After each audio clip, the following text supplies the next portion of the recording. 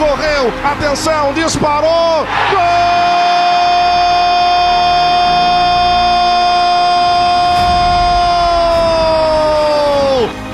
Sabe de quem? Sabe de quem? É Papo! O torcedor é paixão, né? A torcida é o principal combustível de um clube. Eles amam demais o clube, eles têm... A vida deles é esse clube. Que onde o Juventude jogar, ele tem que estar presente, apoiando e cobrando. O papel da torcida é tudo. A torcida do Juventude é tudo. Mas eu disse a Juventude até morrer. Vai ficar na área, bateu pro gol, é gol, é gol, é gol, é gol, é gol, é gol, é gol! A Juventude é muito mais que os 90 minutos dentro de campo pra mim, sabe? É a amizade fora de campo, é a cerveja antes do jogo, é gritar, é sofrer, é torcer. Quero ser jogador de futebol, se Deus quiser. O Juventude, ele é um clube feito para amar. E quem ama esse clube são os seus torcedores, claro, seus funcionários, seus colaboradores, jogadores, dirigentes. Mas esses são passageiros. Os torcedores são para sempre.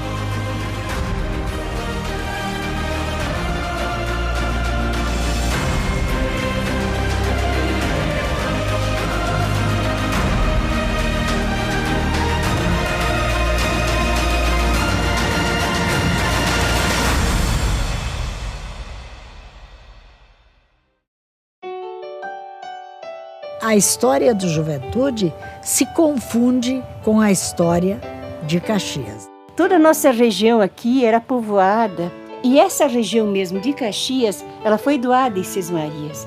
Então tinha muitos portugueses, franceses, muitos alemães, norte-americanos, russos, suecos, suíços, além dos trentinos, né? E a maior parte dos italianos do norte da Itália.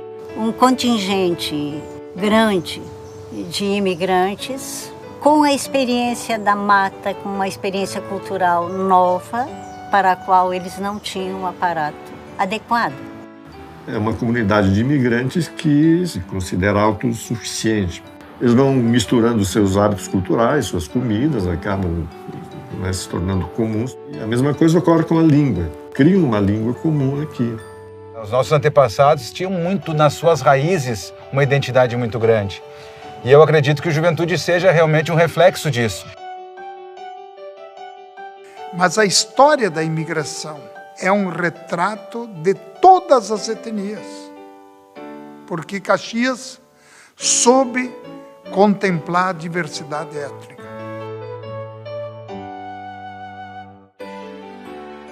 Caxias do Sul, em 1910, recém havia se emancipado e foi justamente o ano em que chegou o primeiro trem, a luz elétrica foi acionada para os cidadãos. Foi um ponto marcante do crescimento da cidade. Que foi desembocar em 1913 na fundação do primeiro clube de futebol desta cidade e desta região. O Esporte Clube Juventude. Juventude foi o primeiro clube de colônia italiana que depois se tornou profissional. Um ano depois surgiram o Palmeiras de São Paulo e o Cruzeiro de Belo Horizonte com o nome de Palestra Itália. O Juventude surge de uma cisão do Recreio da Juventude e do Clube Juvenil. Um grupo pensava apenas sobre o aspecto social e outro clube e outro grupo queria muito fazer um time de futebol. Então é nesse contexto que surge o Esporte Clube Juventude. Foi criado no dia 29 de junho de 1913. Quando 35 jovens resolveram fundar o Esporte Clube Juventude com as cores verde e branca que permanecem até hoje inalteradas.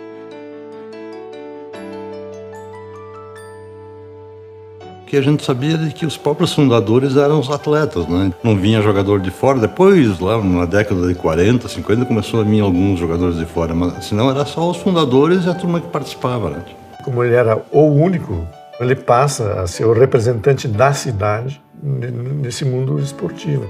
Entre os seus fundadores encontra-se um inglês, John Henry Anderson Tibbets. O inglês trouxe o futebol, né, para os italianos. Então foi aí que houve a tradição das regras, né, que foram consolidadas na Grã-Bretanha. E mantendo os jogadores, sobretudo, orientados, instruídos em língua inglesa.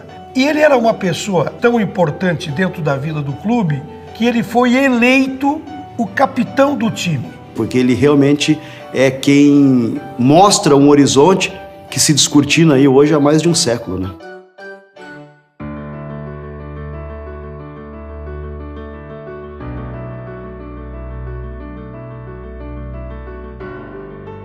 Acho que a história de Caxias do Sul se confunde com a história da juventude e a história das famílias.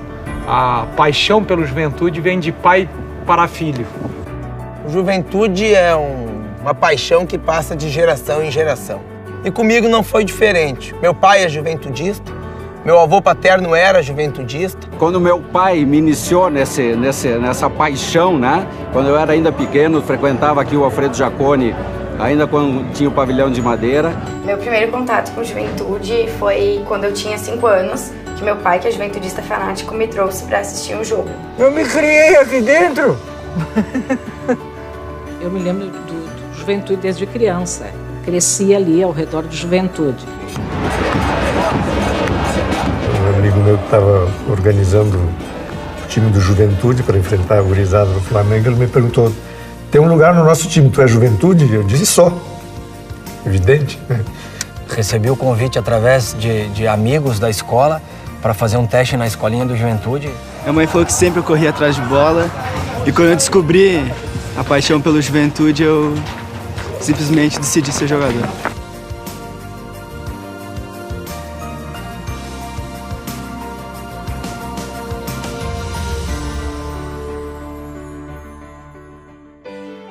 Na verdade, essa primeira vitória, essa grande vitória de 1919, é uma vitória que ela passa despercebida porque o futebol passava despercebido nessa época. Ele começa a despontar a partir de 1930, quando tem a primeira Copa do Mundo. O Brasil ouve falar, então, de seleção brasileira, do futebol como esporte nacional.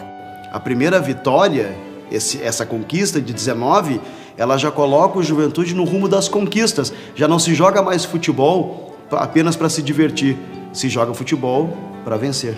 Em 1920, é o primeiro campeonato oficial de Caxias do Sul, patrocinado pela Federação Rio-Grandense de Futebol. E a decisão começa em Caxias do Sul, com 2 jogos, o Juventude ganha um, o Juvenil ganha outro. Então a necessidade de um terceiro jogo decisivo em Porto Alegre, que o Juventude ganha o seu primeiro campeonato da cidade e a partida na soma termina 4-1 diante do seu arquirrival.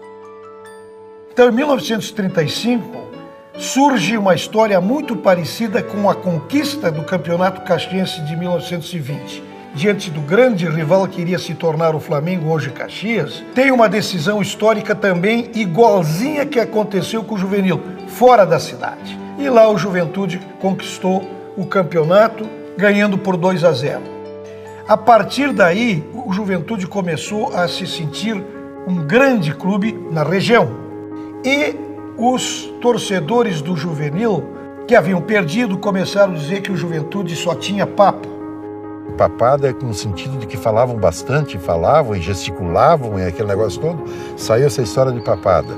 Os juventudistas adotaram o termo e se transformaram no que é conhecida no Brasil inteiro a papada, a grande torcida alviverde do Esporte Clube Juventude até hoje.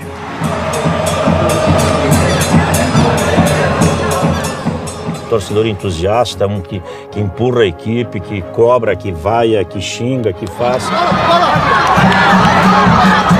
Uma torcida apaixonada, uma torcida que sempre está no estádio. Hoje, a torcida, a papada, está muito mais participativa, né?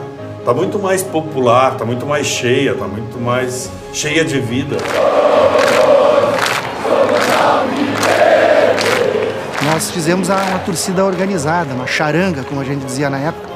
Era camisa 12, né? Também um período bom, e a gente viajava, ia para os jogos. A gente foi para todo que é lugar aí do Brasil e tem uma meia do torcedor que quando a gente viu os caras estavam lá, não sei como, mas estavam lá. Para mim, isso aqui é minha vida, esse estádio aqui para mim é minha segunda casa. Essa camisa que eu tô vestindo aqui para mim, eu visto ela todos os dias com orgulho. Eu admiro muito o pessoal que consegue ser torcedor mesmo, que não é fácil ser torcedor, sofrer com a equipe, chorar quando o clube não alcança o objetivo, aí tem um descenso, mas é muito legal quando eles se alegram por uma vitória, por um título, por algo importante que o clube conquista. O termo papo, segundo a história, começa por volta de 1920, quando o Juventude enfrentava o seu arquirrival, que era o Juvenil. A rivalidade sempre existiu e não adianta, né? A gente é ou não é. Porque nada mexe mais no mundo do que o futebol. O futebol ele é ímpar porque ele é amor, ele é ódio, ele é paixão, ele é ternura, ele é tudo ao mesmo tempo. Então o futebol não tem um segmento no mundo que mexa mais com as pessoas que a coisa chamada futebol. Bateu o pé esquerdo, gol!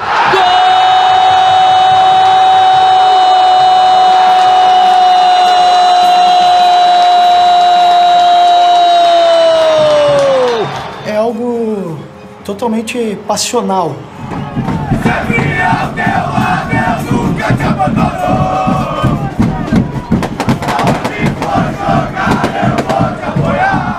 Tem que ter muita consciência e muita responsabilidade, porque no momento que você faz parte de uma torcida organizada e você está dentro de um clube de futebol, você também é responsável pela segurança sua, da torcida, dos demais torcedores e do espetáculo. A magia do futebol, ela ultrapassa qualquer razão. O futebol move milhões e milhões, né? Mexe com os sentimentos de muitas pessoas. E é preciso que o atleta profissional entenda isso e saiba retribuir dentro de campo. Não adianta se dizer aqui que o torcedor empurra o time. No meu entender é o contrário. É o time dentro de campo que vai fazer o torcedor ser cada vez mais apaixonado, né? Eu acredito que é uma troca. A torcida depende do time dentro de campo e o time dentro de campo depende da torcida. Não consigo ver um time crescer sem a força da torcida. Eu tratava bem a torcida e elas me tratavam bem. Quando eu fui homenageado aqui, saiu até no jornal, tudo, até na televisão. A torcida estava tu precisa ver. A torcida foi junto mesmo com o time. A torcida que deixa boas lembranças. A paixão com que o torcedor do Juventude torce por Juventude é uma coisa que foi marcada e marca até hoje. Ficava feliz quando ganhava, ficava triste quando perdia e tudo faz parte do futebol. Mas no fim das contas eu acho que nós tivemos mais alegrias, né, do que tristezas. A torcida quando você está bem, quando o time está bem, a torcida te ajuda muito, mas também quando não está bem, normal do futebol a torcida cobrar. Eu acho que você tem que saber assimilar para poder pegar energias dessa certa crítica, né, para te fazer evoluir cada dia mais, porque somente assim a torcida vai continuar te incentivando nisso. E a gente entrar em campo e o torcedor ovacionar e chamar o teu nome, e depois do gol ainda mais, a gente se sente muito bem, se sente nas nuvens. Historicamente, o Flamengo começa suas atividades em 1935, sucedendo o Juvenil, que havia encerrado as suas atividades 2-3 anos antes. Em 1950, o Campeonato Citadino tinha 4 times. Era Juventude, Flamengo, Fluminense e Janela. O Juventude, por ser o mais antigo, trouxe, na verdade, um benefício muito forte para a cidade. E com o advento do Flamengo, 25, 30 anos depois, também ajudou que essa rivalidade fortalecesse o futebol da cidade. A vontade de um crescer trazia a vontade do outro e tentar fazer a mesma coisa ou melhor.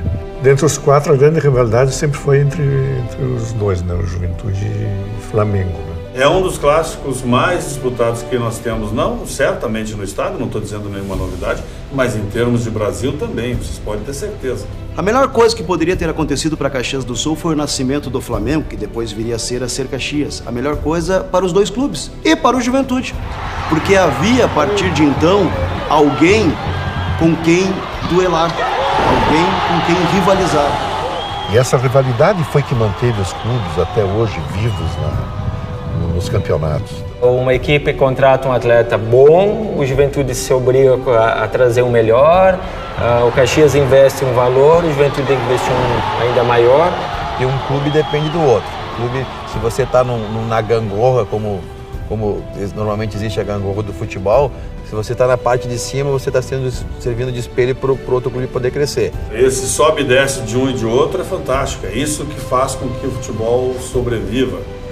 Não é só isso, né? Claro que é a administração, é a gestão, é o foco, tudo isso vem junto. Mas essa rivalidade alimenta, né? O Caju no Centenário e Juca no Jacone, que eu gosto de falar assim. É o clássico dos clássicos no interior do Rio Grande do Sul. A rivalidade entre Juventude e Caxias é muito grande, mas ganhar do time da capital é muito bom, é excelente. O Juventude era uma das 4 ou 5 equipes do Rio Grande do Sul com melhor condição para sempre estar entre os primeiros. Nós temos no estado do Rio Grande do Sul uma hegemonia muito grande da dupla Grenal. Nós consideramos os nossos grandes rivais o Grêmio Internacional. Bom, a gente, claro, queria jogar com os times da capital, mostrar serviço, mostrar que tinha boas condições e que nós podíamos fazer frente aos times da capital. E realmente fazíamos. Sempre tivemos bons embates, as equipes da capital sempre tiveram dificuldades. É o pequeno batendo grande, sabe? Para nós é isso aí. A gente vai lá sempre com o franco atirador, sempre com a imprensa já dando a vitória para o Grêmio, sempre apresentando a vitória para o Inter. Um colonialismo esportivo. Aliás, faz parte da natureza do gaúcho, né? Nós somos aqui Chimangue e Maragato, nós somos Grêmio e Inter. Com isso nós estamos, e tem uma boa parte de culpa da mídia nesse processo, que é a da granalização de tudo. E não percebem que, subjacentemente, eles estão, de alguma maneira, sepultando o futebol do interior do Rio Grande do Sul. E a briga que a gente tem aqui é no sentido de valorizar os clubes do interior. Essa é a grande luta que a gente tem. Nós temos na estatística o orgulho de termos a maior de todas as goleadas, 7-2, em 1941, a chamada goleada do século, 6-0, da decisão do campeonato da cidade em 1949. Ninguém esquece essa data de 6 de agosto de 1949, 6-0 para o Juventude. Os anos 50, a década de 50, ela é uma página que se vira. O futebol, num país continental como o Brasil, ainda carente de estradas, de meios de comunicação, não se tinha rivalidade com outros estados, principalmente o centro do país. A dupla Grenal já eram expoentes do futebol do Rio Grande do Sul. E naquele ano, 1954, a convite da Federação Gaúcha, clubes como o próprio Juventude, o Flamengo, os dois representando Caxias do Sul, o Aimoré e o Novo Hamburgo, que então se chamava Floriano, representando a região da Grande Porto Alegre, e mais as equipes da capital, que eram Grêmio Internacional, Cruzeiro, Força e Luz, Nacional e o Renner. São times que vão disputar esse campeonato, o primeiro campeonato gaúcho nos moldes mais próximos do que é feito hoje. E o Renner se sagra campeão. Esse ano é o ano em que o Juventude passa a ser um clube que disputa esse campeonato, chamado de Campeonato Gaúcho da primeira divisão. Isso começa a apresentar o Juventude como um clube de competição. Na decisão da Copa Festa da Uva de 1961, participaram 3 clubes. Fazia 47 anos, principalmente nesse campeonato aqui, que nós não ganhamos do Internacional. Aí nós ganhamos os jogos aqui em Campo de Juventude por 2-1. O Caxias joga a sua partida com o Internacional e empata em 1-1. Então nós temos uma decisão. Este jogo não pôde ser realizado ainda na época da Festa da Uva e acabou sendo transferido para o domingo de Páscoa no campo chamado Baixada Rubra, hoje Centenário. Esse clássico ficou conhecido como Clássico dos 5 Ovos e que também, como fazia parte da Festa da Uva, se chamou também o Clássico dos Ovos e das Uvas. Um time Juventude. Em todas as épocas, no ontem e no hoje. Amor, respeito, honra. Alegria e emoção. Paixão. uma linda história. Porque a mulher hoje é protagonista em todos os setores da vida. No Juventude não foi diferente. O Juventude também foi pioneiro nisso, porque lá no meado do século passado, o Juventude já tinha uma ala feminina muito forte, muito presente. Por intermédio do seu Abrilino Guedes, que era muito amigo e muito juventudista, ele começou a dizer: escuta, guria, tu não tem ideia de fazer alguma coisa, as meninas, as moças, para entusiasmar mais? E foi aí que começou. Eu fiz uma saia verde, uma blusa com o distintivo do Juventude e disse: mas eu sozinha vou assim no campo? Não. Convidei umas amigas, as amigas então se entusiasmaram, fizeram também, e aí nasceu a ala feminina do Juventude. Uma entidade à parte dentro do clube pela sua importância de ir buscar recursos, de buscar fontes de apoio financeiro, promoções sociais, promoções esportivas dentro do próprio estádio. O departamento feminino teve uma ideia brilhante. Colocava na lapela de todas as pessoas que entravam no campo um alfinete com uma fitinha verde. Só que essa fitinha rendia algumas moedinhas. Fazia quermesses, fazia jantares, faziam almoços, faziam piqueniques para angariar fundos para ajudar o Juventude na época. Faziam rifas. Não para pagar jogadores, porque naquela época não se pagava jogadores. Eles jogavam por amor mesmo. Estas moedinhas contribuíram para a instalação da iluminação elétrica do estádio Alfredo Jaconi. A gente saía também, alugava ônibus para quando iam jogar. A ala feminina saía junto.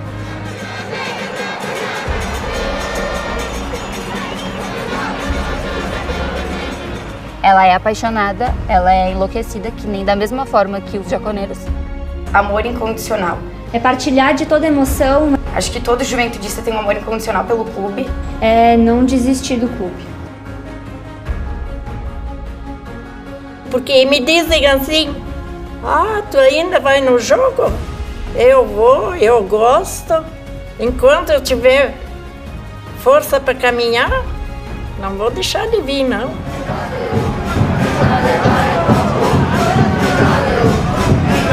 Como eu senti aquela alegria de ter a ala feminina, eu acho que toda mulher que tem amor ao seu time, ela deve ir ao campo. Naquela época não frequentava, a mulher não, os maridos não traziam as esposas. Meu pai foi uma exceção de eu criança, vim pro campo. Uma vez, nossa, uma mulher indo pro estádio, mas hoje já é. Aqui pelo menos tem bastante. Não tem essa de futebol, essa coisa de homens. Hoje, felizmente, se quebrou um pouco esse tabu, né? Eu ainda peguei um tempo que muitas vezes a mulher entrava no campo e tinha que ouvir gracinha. Isso passou, a presença feminina se tornou comum, principalmente no Alfredo Jaconi, que até na época da Série A chegou, por uma revista nacional, a ser eleita a torcida feminina mais bonita do Brasil. Eles se admiraram de ver tantas torcedoras no estádio como no Juventude. É o encanto dela ser realmente juventudista e dela trazer consigo esse espírito jaconeiro. As pessoas estão percebendo a mulher no futebol. Mas o Juventude há muito tempo vem trazendo a mulher para dentro do clube. As mulheres da nova geração. Eu estou contando muito com muitas meninas no campo e quero promover mais participação. Por isso que o Juventude também se multiplica. As pessoas dizem, não, mas é uma questão de sangue. Não é uma questão, é uma questão de formação, de educação. O Juventude sempre trouxe a família para dentro. Algumas das principais lembranças da minha infância são aqui dentro do Alfredo Jaconi. Família, Jaconi, casa, tem tudo a ver. É uma emoção que incentiva todo mundo, a família, os filhos, todo mundo participa junto. De tarde nós vinha futebol e aí se não viesse ao futebol ele chorava e queria pai, vamos pro jogo. Então é impossível um filho de juventudista não ser juventudista. Eu sei que tem, mas são raros. Me lembro desde pequenininha minhas vindas no estádio Alfredo Jaconi, acompanhado do meu pai, algumas vezes do meu avô, e hoje eu trago os meus filhos no Jaconi, fazendo a minha função, a minha missão de levar o amor esmeraldino de geração em geração.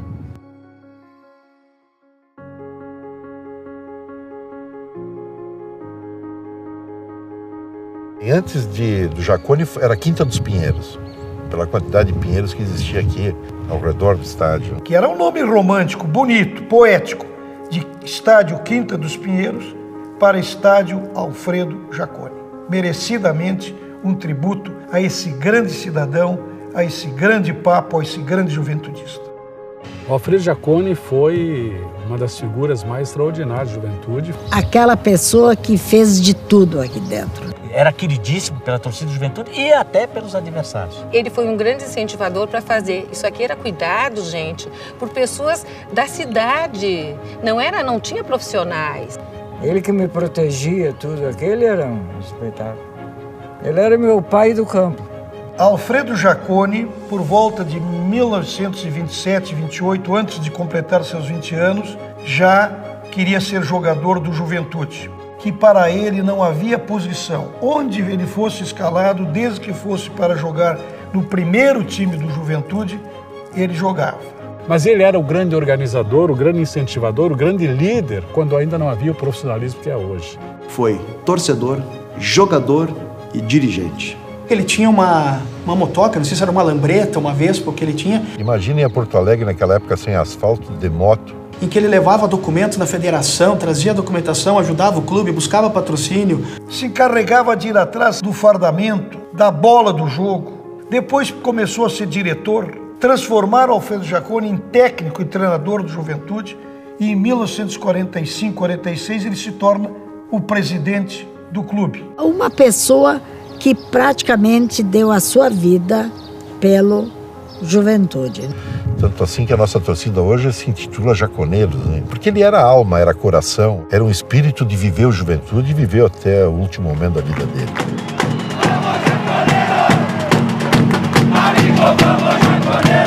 As atuais e futuras gerações precisam ser apresentadas a Alfredo Jaconi para que, quando pronunciarem o nome da Casa Alviverde, saibam que eles não estão apenas pronunciando um nome, estão falando da própria história do clube. Até 1954, aqui, antes de disputarmos o Campeonato Gaúcho, esse estádio aqui se chamava Quinta dos Pinheiros, né? Estádio acanhado e tal. O pavilhão de madeira nem estava pronto. Quando o Juventude é convidado pela Federação Gaúcha de Futebol para participar do primeiro campeonato gaúcho interclubes, o Juventude então tem que remodelar o seu estádio. E aí uma forma de homenagear aquele que na época era o maior, considerado o maior símbolo do Juventude. Aquele que empresta nome e sobrenome à casa onde a papada frequenta e se emociona e vibra por este mais de século de história, né, que o Juventude tem. Na verdade, tem duas grandes passagens, né? A primeira com o Lili Sambit, que inaugurou esse estádio. A Juventude lançou uma grande campanha de arrecadação, fez uma maquete de um novo estádio, o slogan era Juventude Cresce, o Juventude vendeu títulos patrimoniais. Tu tem que estruturar fora, tu tem que pensar no futuro, senão não tem salvação. A gente vê quantos times aí que fecharam e que nunca mais vão reabrir, porque nunca se preocuparam com estádio, com estrutura, se preocupavam em fazer time da época. Aí tu faz um time bom um ano, no ano seguinte tu não tem condição de manter nada, porque tu não tem sócio, não tem patrimônio. E a segunda grande parte foi em 94, quando foi feita a grande reforma, já com a Parmalat junto, que tornou esse estádio que nós temos hoje, entende? Aquele passo o crescimento da estrutura e tudo fechou junto, Parmalat com o jogador, direção aqui com o a torcida participando e o estádio reformado. Isso aí foi o conjunto que levou a Juventude até o sucesso que teve, entende? Um fator muito importante foi o Jaconi, né? Todo clube, pequeno, médio ou grande, que vinha de fora para jogar aqui, ele tinha, né, esse medo, porque o Jaconi, por ser muito próximo das arquibancadas, e por ser muito frio também, o clima nosso por ser muito frio, a torcida obrigava a esquentar esse clima, a cantar, a impulsionar o time para cima do adversário. Sempre é muito difícil, porque é um jogo de muita qualidade, não só técnica, é de muita entrega, é um jogo de muita marcação, futebol gaúcho, característica. E sair daqui com o resultado de empate já era vitória. Que é da terra da gente, a gente ama, a gente reconhece, né? Então, acho que o Juventude faz parte da nossa história. Né? Eu sempre ouvi meu avô, né? Em 92, por ali, eu tinha uns 4 anos, meu avô contando as histórias que ele trabalhou na construção do estádio, né? Eu não conheço no Brasil, talvez alguém conheça, um estádio ou um clube que tem um estádio no mesmo lugar há 100 anos. É uma curiosidade que eu tenho e eu olhando assim, a nível Brasil, não tem Pacaembu, não tem São Januário, é o Alfredo Jaconi que está aqui há 100 anos. Claro, com todas as remodelações que ele foi sofrendo, né? O Juventude tem a predestinação de ser o campeão dos centenários, de ter as estatísticas do clássico da cidade a seu favor, de ser o primeiro clube gaúcho e um dos poucos brasileiros que fez uma excursão vitoriosa pelo Oriente Médio. É o único clube gaúcho que jogou 15 vezes a Série A, disparadamente em relação na proporção a qualquer outro do interior. É o clube que conseguiu conquistar o tricampeonato do interior gaúcho. E o Juventude tornou-se o clube gaúcho que mais vezes chegou às decisões, às semifinais ou finais de todos os gauchões. Deslocou a dupla Grenal em 1965, o primeiro clube do interior a ser vice-campeão do estado, com aquele time que tinha o Everaldo, que depois, em 1970, vai ser tricampeão com a seleção brasileira no México. Everaldo Marques da Silva. Foi o grande jogador do Juventude, da seleção brasileira. Chega em Caxias do Sul. O técnico do Juventude era o Pastelão, né, um notório juventudista, mas que também era um técnico tão bom que foi técnico até do Flamengo, depois mesmo sendo reconhecido por todos e assumidamente juventudista. E durante o Campeonato Gaúcho de 1965, o treinador precisava de um lateral e ele resolveu puxar Everaldo. E é nessa posição que ele acabou se consagrando, né? E aí surgiu aquele grande time de 1965. O Everaldo fazia parte desse time, mas ele era do Grêmio e veio para cá emprestado. Fica um ano no time que foi vice-campeão gaúcho em 65, uma conquista histórica, foi o primeiro, depois de unificação do Campeonato Gaúcho em 61, foi o primeiro clube do interior que ficou à frente de um da dupla Grenal, sendo vice-campeão. E depois o Everaldo retornou para o Grêmio. 2 ou 3 anos antes da Copa do Mundo.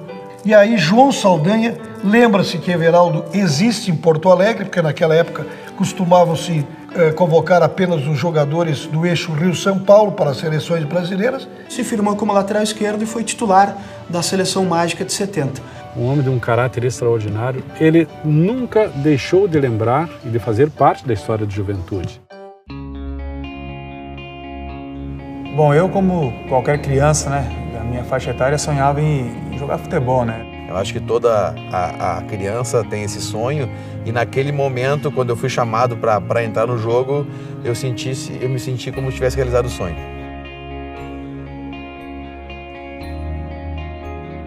Desses 100 anos do Juventude, eu tive no mínimo 20.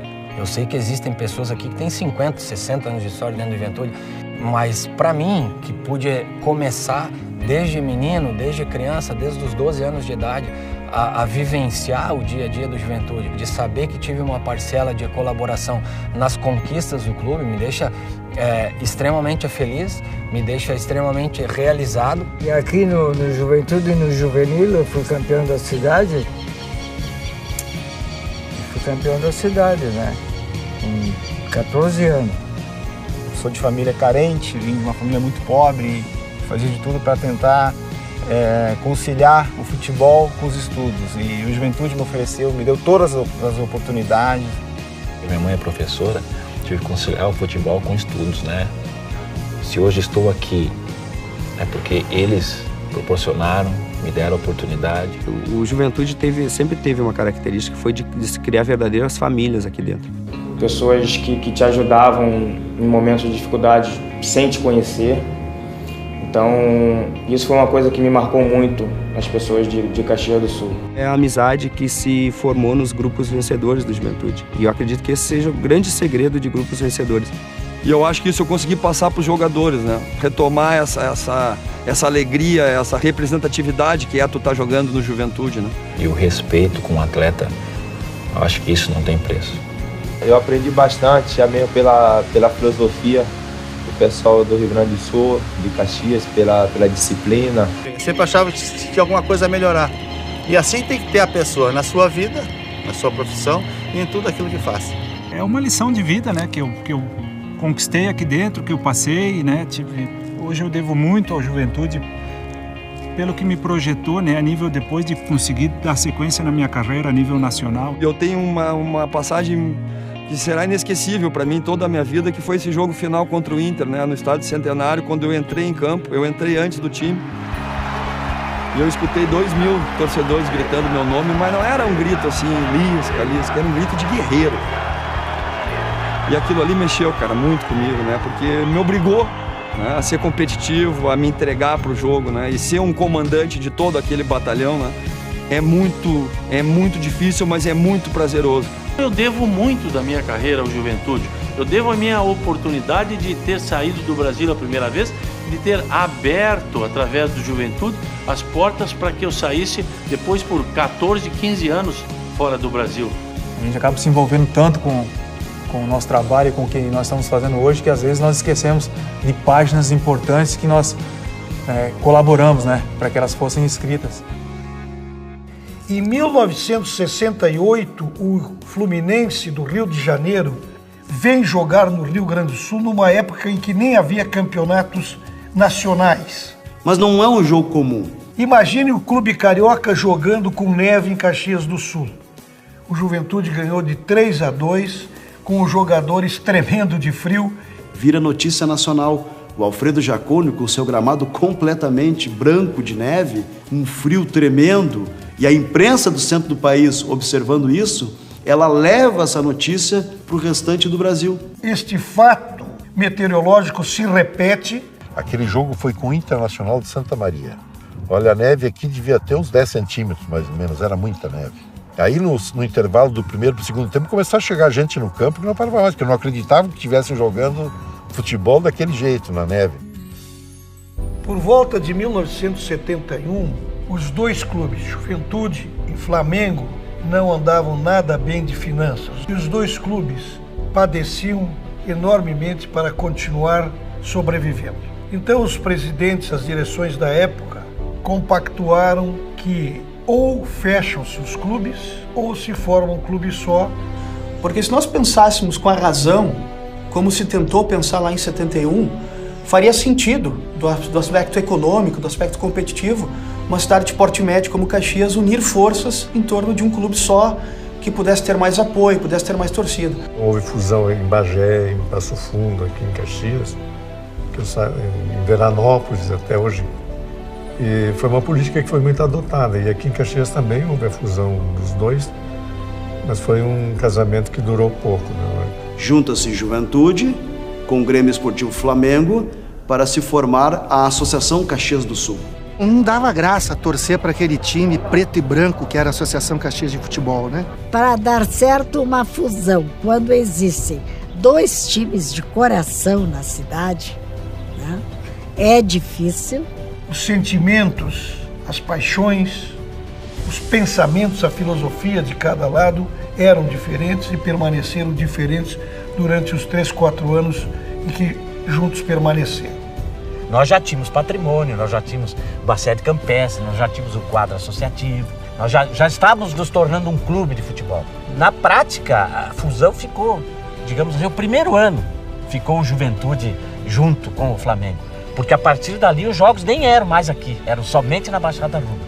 E o presidente da época, o Vili San Vito, resolveu desmanchar o velho pavilhão de madeira e tomar a peito a construção de um estádio modelo na época para o interior. Ele disse, não, o Juventude não vai morrer, nós vamos voltar com o time, agora vamos ficar de licença, vamos reestruturar o clube. E aí quando há a separação é que o que se chamava Flamengo adota o nome de Caxias, né? É por isso que não deu certo, porque a torcida do Flamengo jamais ia torcer para nós e nós também jamais torceríamos para o... Não tem como dar certo uma fusão em Caxias do Sul. E o futebol é movido a paixão. Mesmo que em alguns momentos ela possa ser exagerada, contraproducente, a paixão é uma das grandes forças, tanto do Juventude quanto do Caxias. A paixão é o que explica a razão dos clubes terem chegado, em grande parte onde chegaram. Eu não consigo imaginar o Juventude sem ter como referência o Caxias do outro lado.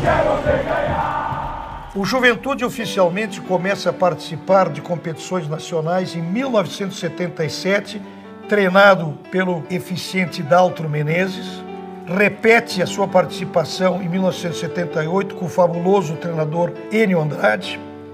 Em 1979 ele vai para a chamada Taça de Prata, então ele faz 3 anos na primeira divisão nacional. E em 1987 o Juventude é campeão brasileiro do chamado Módulo Amarelo, de uma espécie de Copa de Prata daquele ano. Em 1980, Luiz Felipe Scolari, do Caxias, onde era o capitão. Saí do Caxias, fui para o Novo Hamburgo.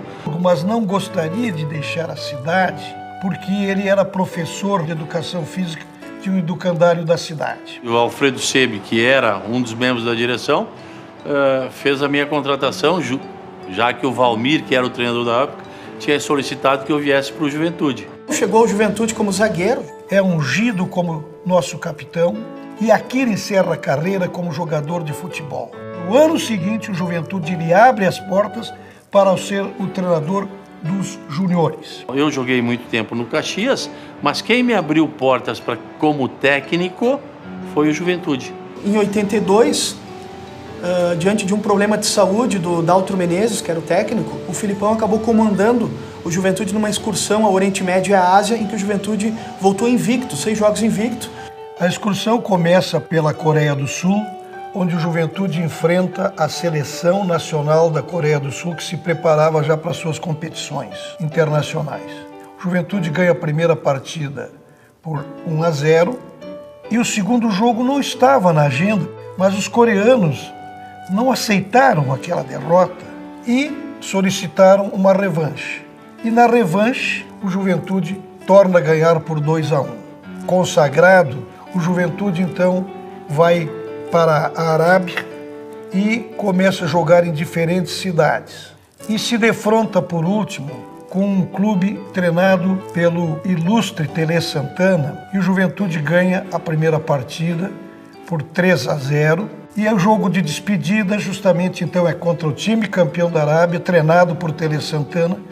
E o Juventude ganha. Jogou 7 jogos e venceu os 7 jogos. E de repente volta a Caxias do Sul com a chamada fita azul, né?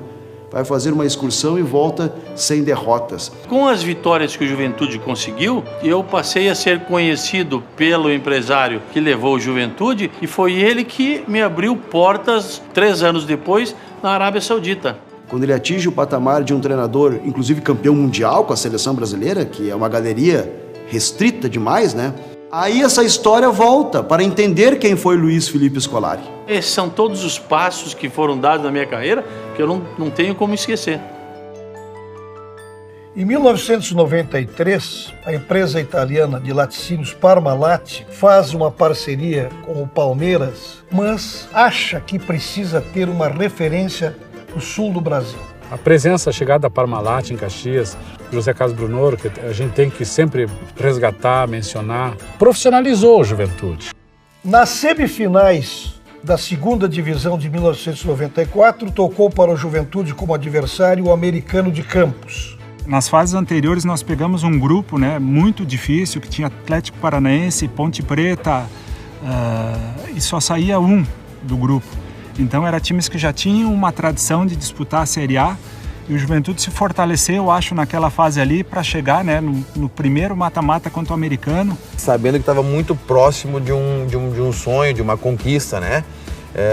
Então a gente foi muito focado para esse jogo, muito preparado para esse jogo, né?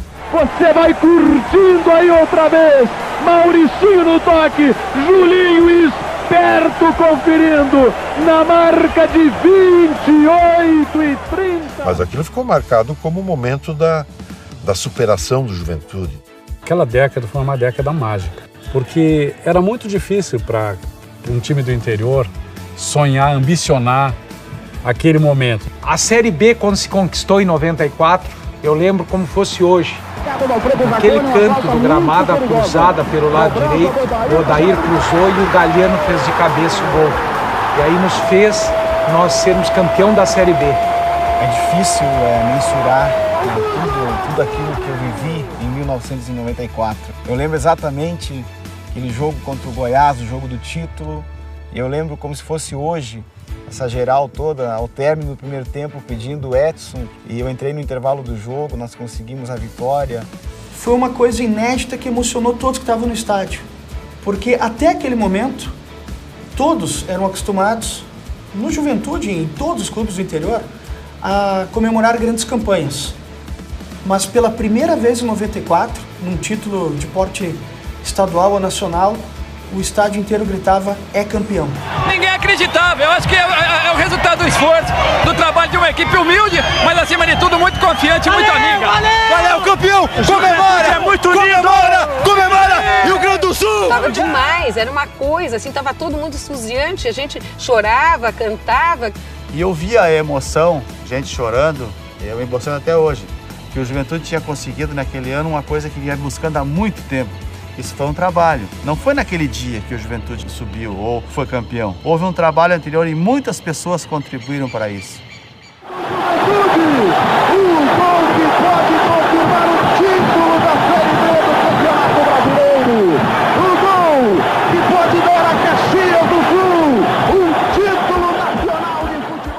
Só vi quando terminou o jogo que o juiz apitou que acho que explodiu. Chegou até a balançar o vestiário lá, a arquibancada ali. A torcida enlouquecida, as ruas tomadas. No outro dia, o pessoal ainda comemorando. Que o Juventude iria ser mais reconhecido ainda, né, no cenário nacional do futebol como um dos grandes do Brasil. Os melhores do futebol brasileiro são 20 e um é o Juventude. Brasil! Olha o Juventude, tchê! Olha isso! Era um título, né? E um título que a gente não tinha e precisava ter. E faz parte das 2 estrelas que nós temos hoje na nossa camisa, uma delas foi a conquista da Série B. Havia gente que apostava, né, que assim como ele subiu, descia logo. Não, ele ficou 13 anos, né? Foi uma glória ser juventudista. Depois subimos para a primeira divisão na era Parmalat. Um período de grandes conquistas. Que repercutiu em todo o Brasil e fora do Brasil pela própria influência da empresa patrocinadora e deu ao Juventude um novo status. Ele conquistou o direito de estar na elite do futebol brasileiro. De 1954, quando o Renner quebra a hegemonia Grêmio Internacional, até 1998, nada de diferente havia acontecido. E naquele ano de 98, com um time magnífico, o Juventude resolve dar umas pinceladas de verde e branco nessa história tão vermelha e tão azul de praticamente meio século no Rio Grande do Sul. Juventude estruturou-se muito bem em 1997, para que em 98 tivesse um grupo muito eficiente, muito produtivo e que, com o treinador Loris Sandri, deu a resposta, tornando-se campeão invicto do Rio Grande do Sul. Eu tenho certeza que para quem viveu aqueles dias, para quem viu o Juventude dar aquela volta olímpica em pleno Beira-Rio, dizendo ao Rio Grande do Sul, ao Brasil, de que ele era o campeão do estado naquele ano, para esse torcedor que viveu, é possível ouvir o eco daqueles gritos, o brado do torcedor, é possível reviver tudo isso. E para os mais novos que não viveram, que não tiveram essa oportunidade, eu tenho certeza que serve até como elemento encorajador na busca de outros momentos iguais. Um clube do interior gaúcho vai lá em Porto Alegre, dentro do Beira-Rio, e conquista o Campeonato Gaúcho. Talvez ninguém projetasse, ninguém imaginava o Juventude campeão no Gaúcho, muito menos invicto. Porém, dentro do vestiário, a gente ia sentindo, conforme a competição ia passando, que ia ganhando corpo. Nós tínhamos a convicção de que no Rio Grande do Sul não tinha. Isso era convicção de torcedor, né? Que no Rio Grande do Sul não tinha adversário para o Juventude. Então, chegar até a final, nós achávamos que podíamos, semifinal, final ali, nós achávamos que era obrigação do clube, obrigação do time chegar lá. A semifinal contra o Brasil de Pelotas, em que vencemos por 2-1, aqui no Alfredo Jaconi. O empate suado, com muita garra no Bento Freitas, que não é fácil de enfrentar, numa decisão, o Brasil em seu próprio estádio. Foram 2 jogos de altíssima importância. Mas, sem dúvida nenhuma, o que mais me marcou foi o 3-1 no Jaconi. Mostrou a capacidade do clube para ir a Porto Alegre, decidido em Porto Alegre, sendo que o 3-1 não dava, naquela época, pelo regulamento, a vantagem da diferença de gols. Se o Internacional, que tinha feito uma pontuação levemente maior que o Juventude ao longo da temporada, ganhasse por 1-0, mesmo perdendo de 3-1, o Internacional seria campeão. Então nós teríamos que, no mínimo, sustentar um empate. Poderíamos ter ganho por 5, 6. A superioridade foi imensa, né? E a torcida em êxtase, né? O Jacone a ponto de explodir, né? De tamanha alegria do torcedor, da direção. Eu brincava com o Flávio que era o nosso capitão, nosso grande líder, né? E dizia para ele, Flávio, imagine a hora que o Inter fizer um gol, isso aqui vai explodir, né? Para dar uma quebrada no gelo, o Flávio, não, aqui hoje não vai ter gol do Inter. Nós vamos sair daqui campeões, né? E o Flávio era a nossa grande liderança, né? Era aquele cara que uma palavra dele mobilizava todo um grupo. Presidente, se o senhor está preocupado, eu como capitão não estou e lhe asseguro que nós estamos preparados para sermos campeões. Esta frase tão forte do nosso capitão Flávio Campos. Seguramos o 0-0, dificílimo, a pressão danada nos últimos minutos e conseguimos, com a vitória aqui no Jacone por 3-1 e o 0-0 lá em Porto Alegre, sagrar o Juventude campeão gaúcho. Vai marcar a terceira, tira gol!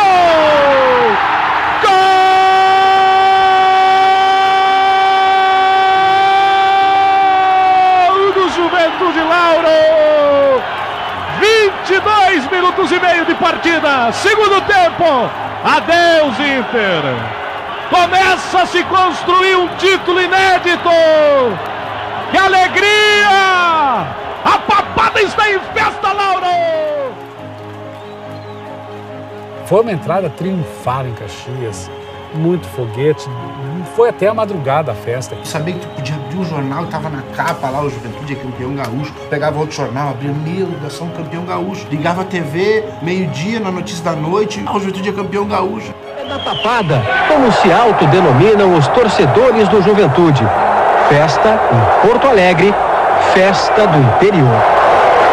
Essa torcida fanática gritar 59 anos depois, campeão gaúcho de 98!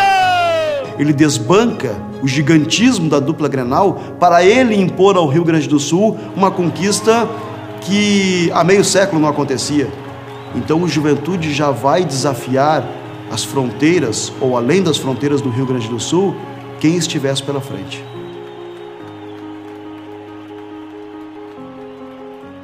O Juventude é campeão da Copa do Brasil não por obra do acaso. É fruto de uma construção que vem dos últimos anos, passando pelo título de 98 do Gauchão, que já é mais uma referência com letras douradas nessa história, mas ele sabia que poderia ir além.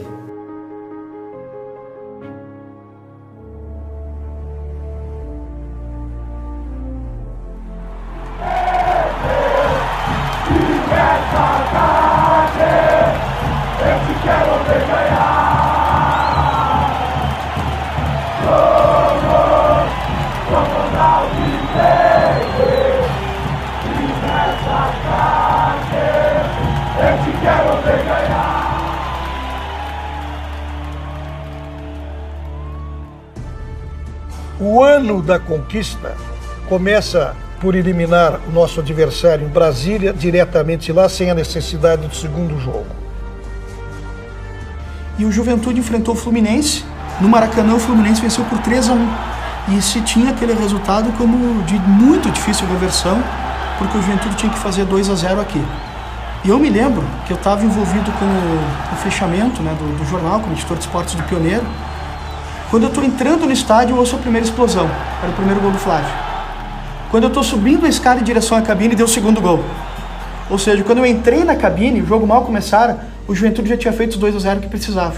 E nós eliminamos o Fluminense do senhor Parreira, dentro do Alfredo Jacone, ganhando de 6-0, com 4 gols de Flávio Campos. E nós não estamos falando de um clube do mesmo patamar do Juventude. Não, nós estamos falando, que reconheça-se isso, de um gigante do futebol brasileiro. Só que aí depois, oitavas de final, tinha o Corinthians, campeão brasileiro de 98 e que seria bicampeão em 99, no segundo semestre. O Juventude pegou o Corinthians com todo aquele timaço, com o Marcelinho, com o Edilson, com o Vampeta, com o Rincon. E ganhamos do Corinthians, do Alfredo Jacone, por 2-0 e repetimos a vitória por 1-0 dentro do Pacaembu. E o Juventude, com 3 minutos, o Márcio, o centroavante, fez 1-0. E aí acabou. Com 3 minutos, o Juventude estava classificado. Eu não me esqueço que eu mandei a crônica para o jornal no intervalo do jogo, dizendo, ó, depois só atualiza o placar, porque não tem volta, o Corinthians não vai reverter. Tudo vinha harmonizando para alguma coisa maior. Porém, ninguém se atrevia a precisar que nós daqui a pouco seríamos os campeões. Aí vieram as quartas de final contra o Bahia. O Juventude teve um desfalque sério, que foi o Flávio, que teve um problema de lesão. E no primeiro jogo aqui o Juventude empatou 2-2 no Jacone. E levou um resultado ruim para Salvador. Salvador, Fonte Nova lotada, 0-0 ou 1-1, classificava o Bahia. E era quase impossível vencermos aquele jogo. Realmente era muito difícil jogar lá contra o Bahia. E a gente foi guerreiro. Acho que naquele momento a gente sentiu que dava para ser campeão. O Bahia estava vencendo por 2-1, de novo. E quase ao final da partida, quem é que empata o jogo novamente? Mário Tilico. 2-2, decisão nos pênaltis. O Juventude vai para a semifinal, já sonhando com o título, porque ele começou a enxergar o horizonte e lá estava o troféu. Era possível ser campeão, por que não? Só que aparece quem no caminho do Juventude? O Internacional. Com o Juventude atravessado na garganta. Com toda a mídia do Rio Grande do Sul apostando mais uma vez. Não, agora o Internacional vinga o título perdido ano passado. Só o cenário caxiense, da imprensa caxiense e dos torcedores do Juventude, só eles acreditam que o Juventude pode passar pelo Inter. De resto, o clima era todo para o Internacional. E aí, para tornar mais dramático e mais bonita ainda a conquista, o Juventude empata o primeiro jogo no Alfredo Jacone, 0-0. Um adversário local que você conhece bem, que você sabe tudo que ele anda fazendo, ali começou a sentir um cheirinho de possibilidade de conquista e todo mundo procurou se controlar, procurou manter o equilíbrio, porque dentro da transformação, dentro da caminhada, esse equilíbrio ele poderia ser o diferencial. No finalzinho do primeiro tempo, Marcos Teixeira fez 1-0 e aí começou a complicar. No segundo tempo, o Inter se desesperou. E diante de um público de mais de 70 mil pessoas, o Juventude aplica uma das maiores goleadas que o Internacional já sofreu no seu próprio estádio. 4-0. Impiedosos. Pelo que o Juventude fez, o campeonato todo é mais do que merecedor de estar nessa final. A final contra o Botafogo teve uma grande guerra de bastidores, em que neste momento a cidade, tem que se reconhecer, pegou junto com o Juventude. Tudo para garantir que o jogo fosse aqui. Até porque o estádio oferecia condições de segurança. A Copa do Brasil previa a capacidade mínima de 30 mil torcedores para a realização da final. E essa documentação e mais toda a pressão política acabou sendo aceita pela CBF e determinou que, apesar de toda a pressão do Botafogo, o primeiro jogo da final fosse aqui no estádio Alfredo Jacone. Uma final de competição nacional dentro do Jacone? Consegue imaginar isso? Aquele clube, criado em 1913, vai disputar a final da Copa do Brasil. Contra quem? Contra o Botafogo. Onde? O primeiro jogo no Alfredo Jacone e a grande final no Maracanã. Templo do futebol mundial. Havia enredo melhor para se conquistar um título? O Juventude não poderia deixar passar. Poder fazer um gol naquela final, naquele primeiro jogo, o primeiro gol da final, né, onde todo mundo ainda estava tenso com a emoção do jogo, né, onde todo mundo estava precisando gritar, extravasar de alegria. Do Juventude! Chegou a abrir 2-0 contra o Botafogo no primeiro jogo da decisão e o jogo terminou 2-1. Jogada do Márcio, bateu!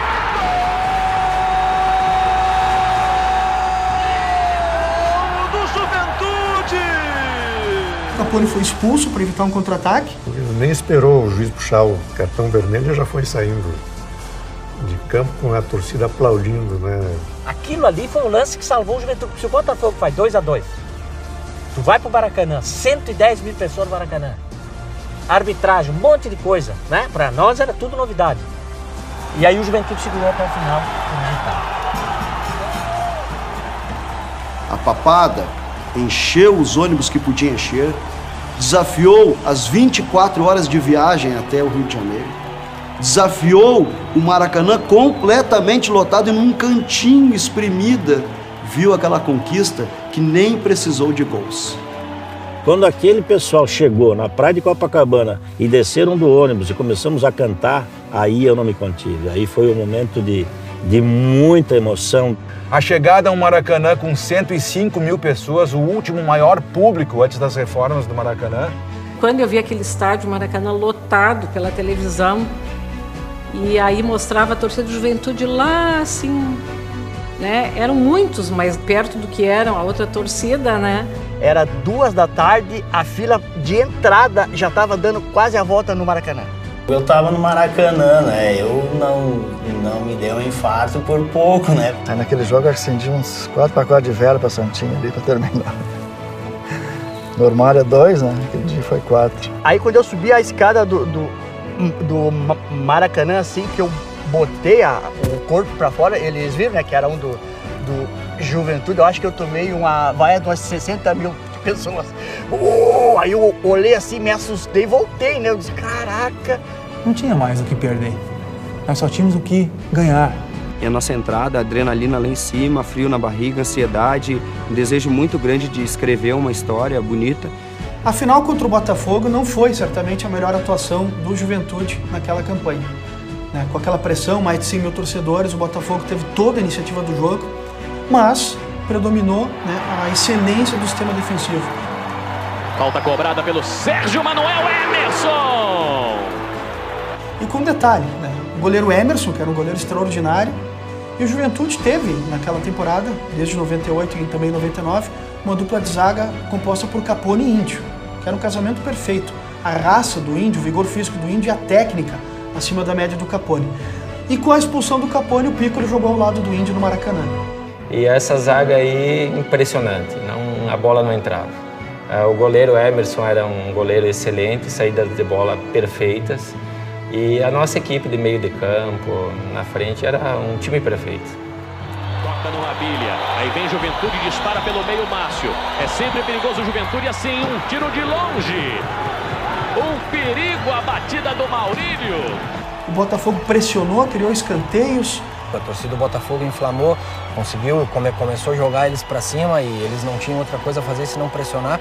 E aí tu olha pro relógio, 1 minuto e não passa e todo mundo gritando, terminou, professor, terminou. E não passa, 9 minutos, 7, 8, 5. E o jogo não terminava, e era bola na trave, bola aqui pro lado, o goleiro defendia. Ele olhou pro relógio, olhou pros auxiliares dele e invadimos lá, e festa, alegria total.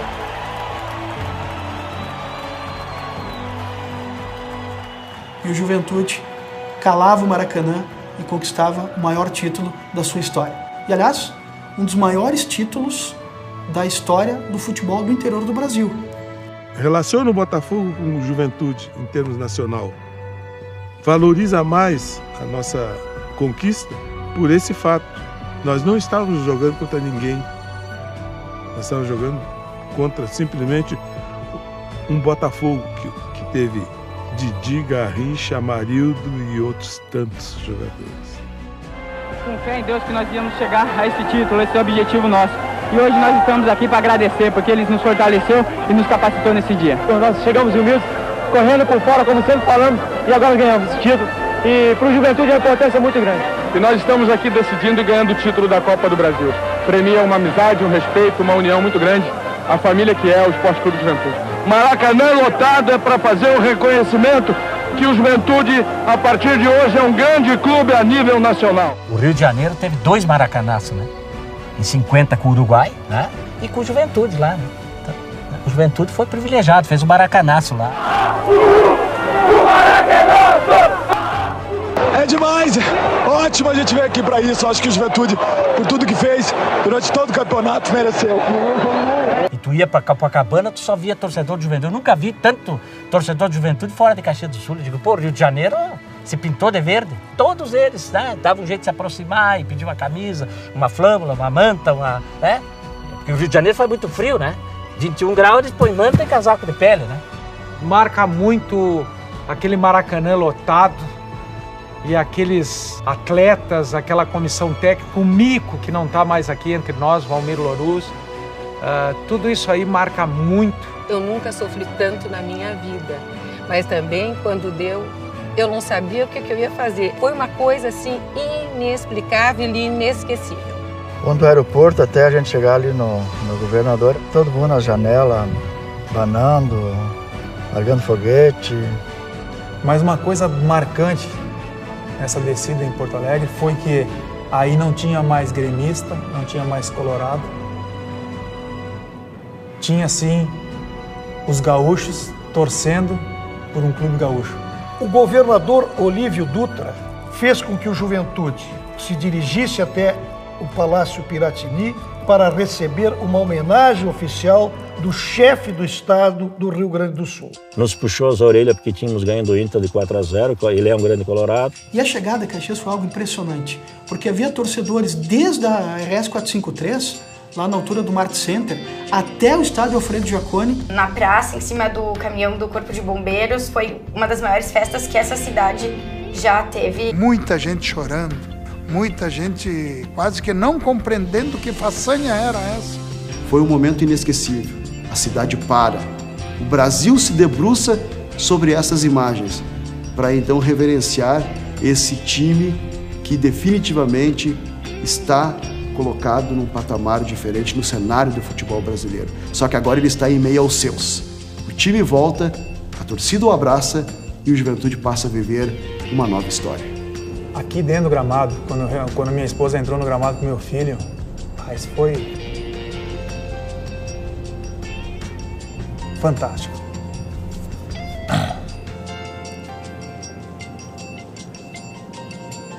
E filho, o que a gente mais espera é que ele sinta da gente orgulho. E era exatamente o que o torcedor sentia de nós todos, orgulho. Eu vou viver 100 anos, talvez, dentro do futebol e eu não vou ter essa sensação, porque não vai ter um outro Jaconi para eu entrar.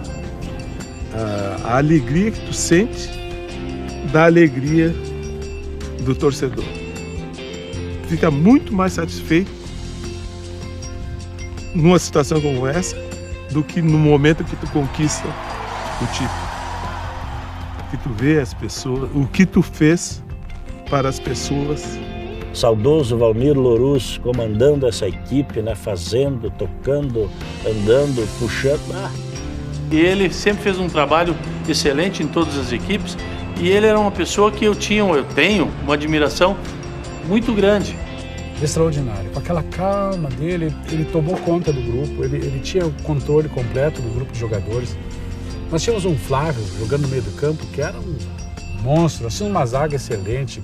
Nós tínhamos um ataque mortal, o ataque de Juventude era mortal. Um time que jogava bem pelas pontas. Era um time completo aquele de Juventude. E não era só o time, era um elenco. Tirava um, colocava outro e rendia. E deixa bem claro, o time de Juventude não foi montado por mim. Foi algo feito pela direção anterior. Eu simplesmente trabalhei com o grupo já pronto. A pressão que foi passada para os jogadores do Juventude, para o treinador do Juventude, para a comissão técnica, para a direção, e a direção ter conseguido, juntamente com a sua comissão e seus jogadores, passar por cima disso. Isso é uma coisa épica. E esta é a força do esporte. É levar o nome da sua cidade, levar a marca da sua gente para além das fronteiras da sua cidade, do seu estado, do seu país, como é o caso do Juventude, que teve classificação para uma Libertadores e levou o nome da cidade de Caxias do Sul para todo mundo. Poucos acreditavam, né? Se você, no início do campeonato, fizesse uma enquete, eu acho que poucos citariam o Juventude como um dos finalistas. Isso foi para nós a maior glória que o Juventude já teve, né? Ao longo de 13 anos seguidos, o Juventude permaneceu na Série A do futebol brasileiro. E já havia participado em 77, 78, por 2 anos, então o Juventude soma 15 anos na Série A. A gente passa a sonhar grande. Toda vez que vinha um clube aqui, a gente achava que havia obrigação do Juventude de ganhar. E quando o time ia para fora, aí vem também o sentimento do torcedor. O juiz vai roubar, porque nós somos impossíveis. Então, aí serviu de base para o Juventude saber que precisava muito mais do que só um bom treinador e bons jogadores. Então, nos anos seguintes, eu lembro que a gente trabalhava com uma pré-temporada muito forte e a gente começava a competição muito forte. E a gente já adquiria na ponta os primeiros jogos. Então isso aí livrava nós da zona do rebaixamento. E muitas vezes a gente se viu lá em primeiro e segundo lugar na competição, na metade da competição. E eu acho que foi aí que a gente conseguiu se manter tanto nos 3 anos. Tudo era novidade para o Juventude, né? A gente não estava acostumado com esses estádios grandes, Maracanã e Morumbi, Serra Dourada e Mineirão. Nós pegamos uma década de Campeonato Brasileiro onde você jogava contra Romário, contra Ronaldo, contra Edmundo. Eu num jogo só aqui no Jacone marquei Rivaldo, depois Miller. Sabe, Denilson do São Paulo, Bebeto, jogar contra Tafarel. Foi uma década mágica.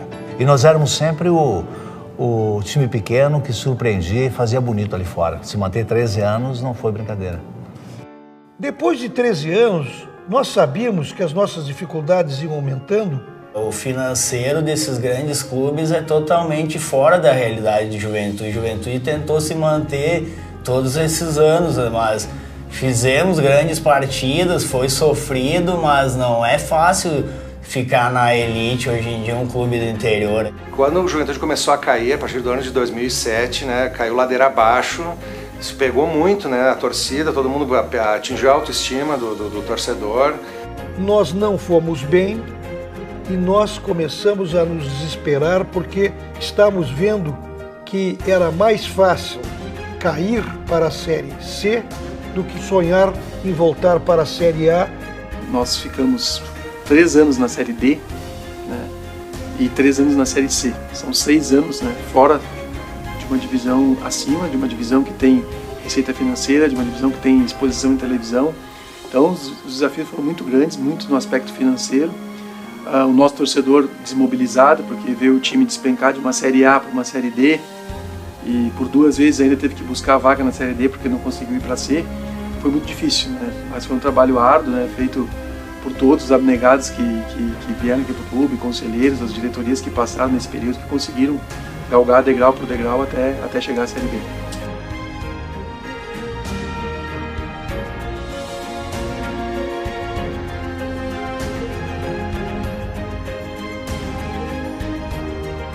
Eu chego a me arrepiar de falar, cara. Eu lembro de muitas coisas porque o pessoal falava que o nosso clube ia fechar, né? A papada correspondeu plenamente. Ela veio para o estádio, ela acreditou, ela foi jaconeira sempre. Eu sempre dizia, né, que aqueles que sorriram na nossa queda, um dia eles iam chorar na nossa volta, né, cara? Porque a gente ia voltar e o Juventude ia voltar a ser grande. Por problemas que tivemos, né, eu diria assim, estruturais, o Juventude teve um problema muito sério e nós acabamos caindo de forma acelerada, né, para categorias inferiores. A impressão que nós tínhamos é que dali seria custoso sair, porque a Série D é muito intricada. E era mata-mata, e é estilo Copa do Brasil. Onde a gente precisava ganhar de 2 gols de diferença e ganhando de 1-0 com um gol meu. A gente toma o gol de empate e teríamos, acho que no máximo 10 minutos para fazer 2 gols. A força da torcida, né? Aí começou a gritar, eu acredito, eu acredito. Aos 43, um pênalti para nós, a nosso favor. Peguei a bola e me passou muitas coisas na cabeça, muitas coisas na cabeça. Era um momento muito importante, não somente para mim, mas principalmente para o Juventude, para a torcida. E graças a Deus deu certo, e logo na sequência o Douglas subiu para cabecear, cascou a bola e eu segui junto no lance. O Brenner meio que dividiu com o zagueiro e a bola sobrou para mim. E a bola passou somente onde tinha que passar. Se eu chutasse mais forte, mais fraco, sem dúvida nenhuma o zagueiro ia tirar. O juiz apitou, eu já saí de campo e vim correndo pro vestiário porque eu queria manter o foco, eu queria manter os pés no chão. poder fazer um gol em um jogo tão importante para mim foi uma felicidade imensa.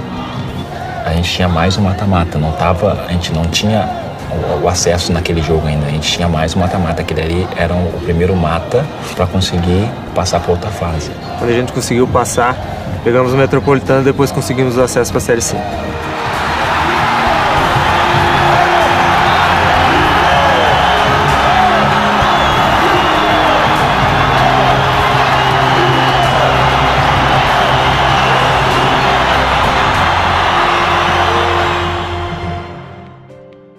Não é o lugar do Juventude. Não é dito por torcedor apaixonado, não é dito pela papada, é dito por todos os que conhecem o futebol do Brasil, pela grande mídia. Série C não é o lugar do Juventude. E em cima disso, depois dar mais uma tentada e quem sabe chegar numa Série A e se manter. Mas o Juventude nunca mais pode sair da Série B e tem que ficar entre B e A e B. Este é o lugar do Juventude. Com todo o respeito às demais equipes, aos campeonatos que existem, C e D não são campeonatos que dê sustentabilidade à Juventude. Mas isso é adaptação. A gente precisa de um pouco de tempo para maturar novamente e logo o Juventude está no lugar dele. Lá em 2011 nós ganhamos o título do interior do estado, um jogo lá em Veranópolis, nós fomos os melhores do interior. Nós ganhamos uma Copa La Ciuguine, nós ganhamos uma Copa Hélio Dourado, né? Nós figuramos nas finais do Campeonato Gaúcho, né? Dos últimos anos aí, estamos figurando. Então isso tudo nos dá uma condição de ver que as coisas estão melhorando, né? Nós precisamos ter maturidade, confiança, muito equilíbrio, olhar para frente, sem esquecer das lições que nós tivemos no passado e dar a eles a capacidade de competir de igual para igual com qualquer time em qualquer lugar, seja dentro de casa ou fora de casa. Todos os grandes clubes, em algum momento da sua história, eles precisaram necessariamente passar por dificuldades, porque só assim você vai ter noção exata da sua grandeza. O sonho dele ia ser grande de novo, como já foi, né? Mas vai ser, eu acho, né? Aqueles de raiz juventudista continuam com a sua paixão. O juventudista é juventudista sempre. Eu tenho na minha vida 3 coisas, a família, a empresa e o clube.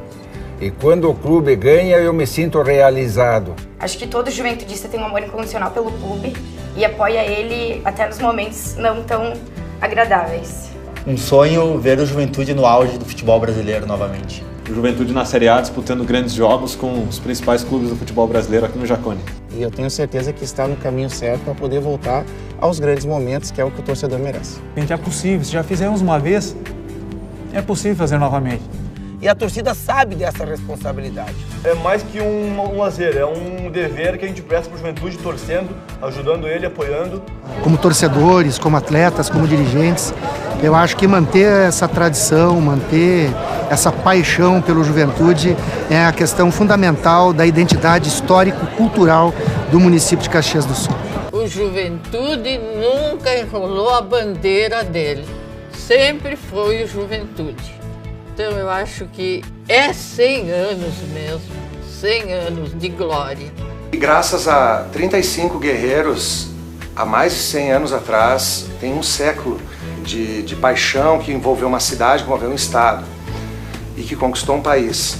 E eu acho que a missão de todo torcedor do Juventude de hoje é fazer com que daqui a 100 anos essa paixão esteja viva, mais viva do que nunca, e que tenhamos mais adeptos e que seja assim pelos séculos e séculos. A oportunidade de participar de um jogo festivo nos 100 anos do Juventude, graças a Deus, Deus me deu saúde para isso, é um momento assim diferenciado na minha vida. Marcante mesmo pelo fato de eu fazer parte de uma história tão grande de um clube que eu sei que eu sou um dos jogadores importantes que passaram por esse clube, porque o clube é muito grande, teve muita gente que fez história aqui, muita gente antes de mim, antes até mesmo de eu nascer, que ralou muito para que o Juventude tivesse essa história bonita que tem.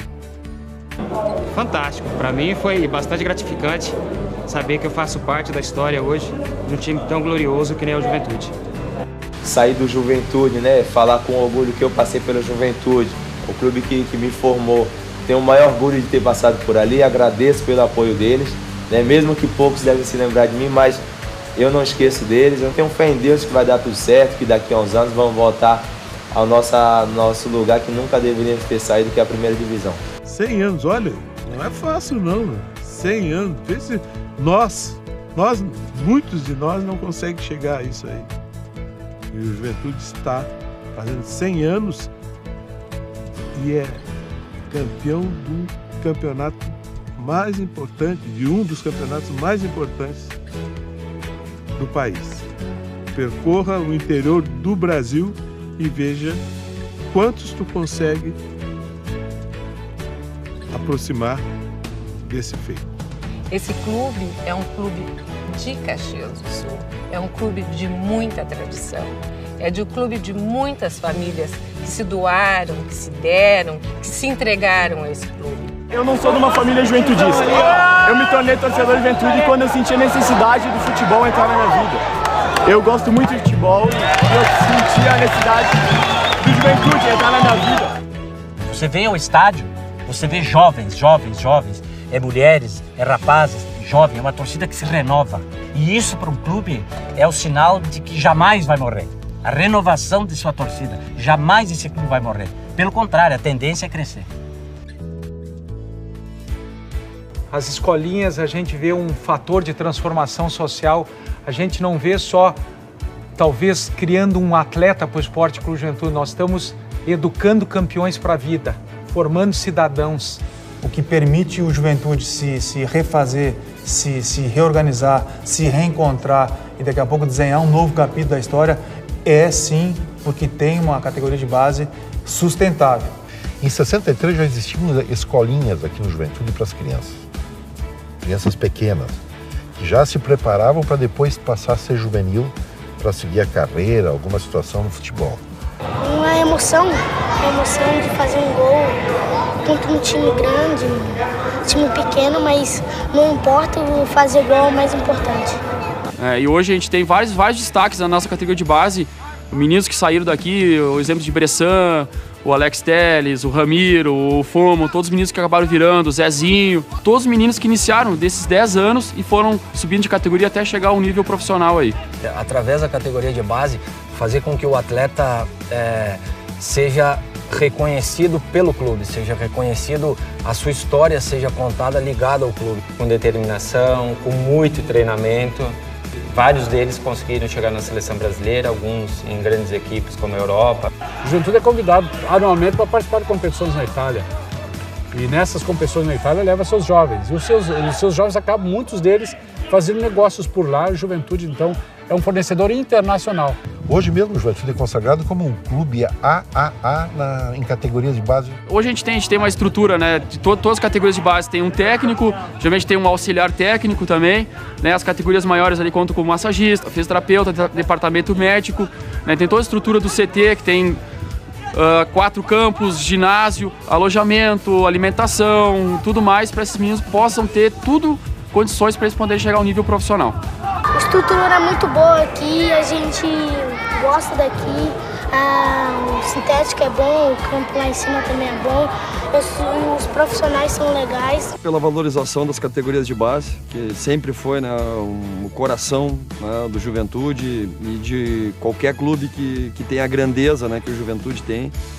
Então a gente conseguiu colocar jogadores comprometidos, né, com a causa do clube, jogadores identificados, jogadores com talento. Eu faço treinamentos físicos, coletivos, e a gente vem se preparando para os torneios de competição, gauchão, e eu gosto mais de correr, físico, chute a gol, isso é o que eu mais adoro.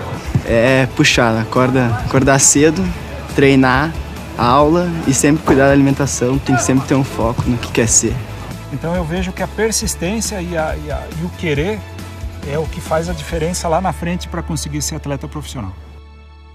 É um sentimento inexplicável, cara. Para mim, particularmente por ser da casa, né, criado aqui na categoria de base, tem um sentimento muito maior, pela minha família ser juventudista também. Desde criança eu sempre amei o futebol. Eu não queria ser jogador de futebol ou pelo status ou pela parte financeira que o futebol pode dar, sabe? Eu sabia que o futebol teria esse poder de mudar a minha história, assim como mudou, mas não era isso que me chamava mais atenção, que me motivava, era sim o amor pelo jogo. Quando nós tivermos assim, dentro de um grupo de 11, 6 titulares que sejam formados aqui, que tenham história dentro do Juventude, nós vamos começar a ver que os resultados vão começar a acontecer. O Juventude tem esse reconhecimento de um clube formador, né? E esse ano provou mais uma vez que dá sim para confiar nos guris da base, vamos dizer assim, né? O importante também foi a contratação de alguns jogadores experientes que ajudaram no processo de crescimento desses jogadores mais jovens. Então, assim, tudo foi feito, foi bem planejado, foi bem pensado e no final o objetivo foi alcançado. O Juventude é o maior time do mundo para mim. E tu pega um jogador meio que já jogou em grandes times do Brasil, ele vem aqui, o Juventude é mais um, né? Todo clube tem que ter uma categoria de base, um suporte que vem da base. E esse ano o nosso plantel foi composto por 60% de categoria de base. São pessoas que entendem o real valor do Juventude para a comunidade caxiense.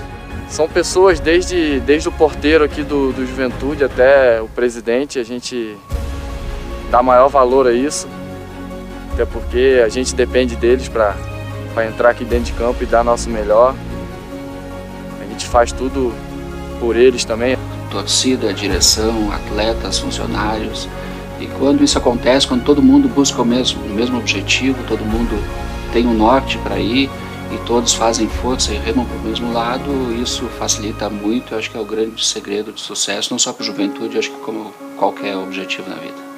Eu acredito sempre na união de todo mundo, né? E é isso que a gente acreditava desde quando nós conseguimos o acesso para a Série C e agora com acesso à Série B. Eu acredito muito na união que nos levou a isso.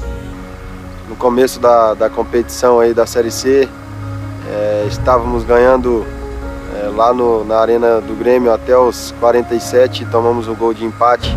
Ali já começou um pouco de dificuldade, depois tivemos 3 derrotas seguidas, perdemos 2 dentro de casa. Nós precisávamos ganhar os 2 últimos jogos, era um em casa e o outro fora, e torcer por uma derrota de um adversário. Nós fizemos a nossa parte primeiro, né, conseguimos as 2 vitórias. Quando vencemos fora de casa e o Ipiranga empatou com o Guarani, permitindo que o Juventude chegasse nas finais. Tinha o desafio próprio de cada um, né, que era essa cobrança, que era a cada dia evoluir, sabendo a dificuldade que era a Série C. E a gente sabia que ia pegar pedreiras na frente, né, como foi o jogo do acesso contra o Fortaleza. Aquele que decidiu o nosso retorno para a Série B. Tiramos um peso grandíssimo das costas e recolocamos o Juventude em um lugar que eu espero que não saia nunca mais, né, possa se firmar na Série B e depois ir beliscando a Série A também, como nós havíamos planejado desde o começo do nosso trabalho. Eu acho que dá para comparar o retorno da delegação que veio de Fortaleza, mais ou menos a mesma empolgação, ao mesmo tipo de festividade, de comemorações que o Juventude recebeu da sua torcida quando retornou do Maracanã, do Rio de Janeiro, com a conquista da Copa do Brasil em 1999. Sem dúvida foram competições semelhantes no sentido de ganhar, de conquista, de representatividade nosso clube perante todo o Brasil.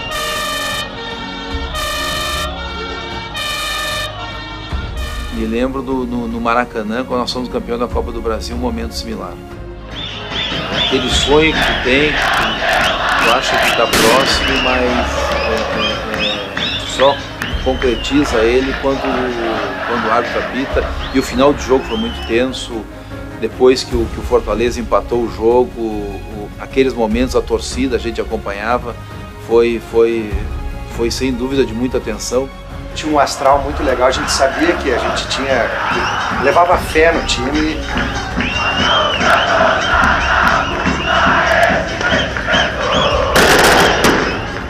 Vai ficar guardado como um dos grandes momentos, das grandes alegrias que o Júnior deu. Para mim foi um momento muito emocionante, caí no vestiário chorando porque foi uma alegria imensa e depois fui para o campo comemorar com meus companheiros, nada mais justo que fazer isso, né, porque todos nós fizemos parte disso. Assim, incrível, tu sentia aquela... de ficar sem saber o que pensar na hora, de não cair a ficha, né?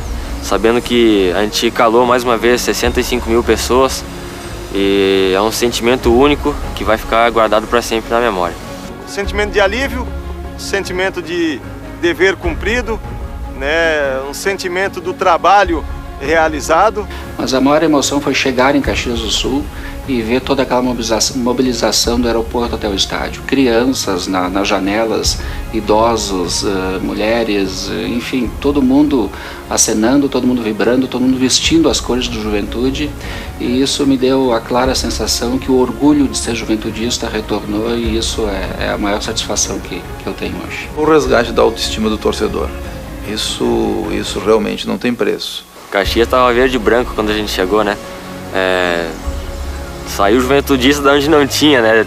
A festa que essa torcida fez foi um momento único. E ver a emoção deles, poder transmitir a minha emoção que a gente estava passando naquele momento. E é só agradecer mesmo mais uma vez a essa torcida que nos apoiou esse ano. Tanto na fase ruim que tivemos, quanto na fase boa. Se Deus quiser, a gente vai trazer muito mais alegrias para ele. Então, torcida do Juventude, dê força a esse verde e branco, porque ele realmente merece, e essas pessoas que estão na direção fora do campo também merecem o apoio de vocês. Todo mundo costuma falar no futebol, né, que o torcedor é o 12º jogador. E eu costumo dizer o contrário, que a torcida do Juventude, sim, é o número 1. Depois vem todos os 11. Acredito que ser torcedor do Juventude é algo que transcende a razão. O torcedor fanático, ele está acostumado com a angústia, né? Eu acho que o torcedor, ele gosta disso, ele gosta dessa, será que vai dar, será que não vai dar, né? Eu acho que o que nos diferencia de times, tipo super times, Barcelona e tal, é justamente que a gente, tudo é sofrido, então a gente gosta, tem um lado meio masoquista nessa história. Se fosse por razão, acho que a imensa maioria não seria, porque a razão do futebol impõe vitórias. Para um time que perdeu tanto nos últimos tempos e tem tantos jovens na arquibancada, isso é paixão. E se fomentar paixão, vai longe. Eu quero jogar no Juventude porque eu posso mudar a história do time. E a gente conseguiu, cara. Hoje a gente tá aqui, a gente pode se abraçar, comemorar, chorar, porque o Ju voltou a ser grande.